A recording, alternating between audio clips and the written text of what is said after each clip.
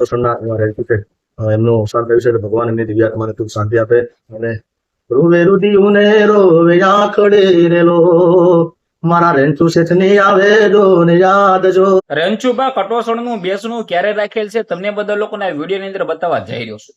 જી આ મિત્રો વાત કીધો રણછુબા કટોસણ આપણી વચ્ચે નથી રહ્યા. તમે બધા લોકોએ જોયું કે ભાઈ જે રીતે તેમનો અકસ્માત થાય છે અને ત્યારબાદ તેમનું નિધન થઈ ગયું છે.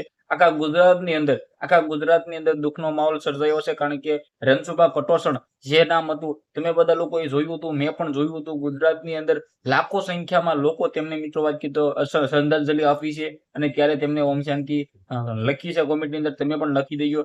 ખાસ કરીને મિત્રો વાત કીધો તેમની શમશાન યાત્રાની અંદર પણ લાખોની સંખ્યામાં લોકો આવ્યા હતા. શા માટે આવ્યા છે? કારણ કે તેમને નામ કમાયું છે, લોકોનો પ્રેમ કમાયો છે. હવે તેમનો અકસ્માતના કારણે નિધન થતા જ હાલ તેમનું બેસણું રાખેલ છે. તારીખ 9 અને તારીખ 10 આ બંને દિવસે કંઈક ને કંઈક તેમના ઘરે ભાઈ બેસણું રાખેલ છે.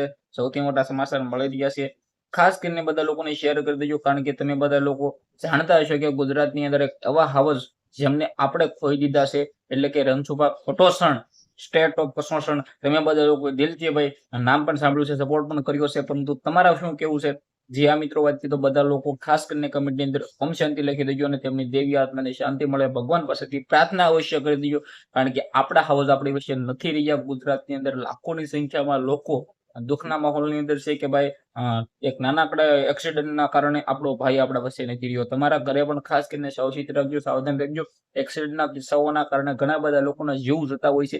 એક નાનકડી ભૂલના કારણે આપણે આપણા ઘરના કોઈ પણ લોકોને ખોઈ દેતા હોય છે કે તો આપણે ખુદ આપતા હોય તો આપણે ખુદ દેશને છોડીને વહી જતા હોય છે. પરંતુ ક્યાંક ને ક્યાંક તમે પણ સાવચેતી રાખજો, સાવધાન રહેજો. કારણ કે એક્સિડન્ટના કિસ્સાઓના કારણે એક નાનકડી ભૂલના કારણે પછી આગળ જે ફેમિલી દુઃખ ભોગવે છે ને એ તો ભાઈ અલગ જ હોય છે. તો ખાસ કરીને બેસણાની અંદર તમે જશો કે નહીં એ પણ કમેન્ટની અંદર જણાવી દેજો. વિડીયો શેર કરો, ફોલો કરો, જેથી તમારા પહેલા જાણકારીઓ લાવતો રહો.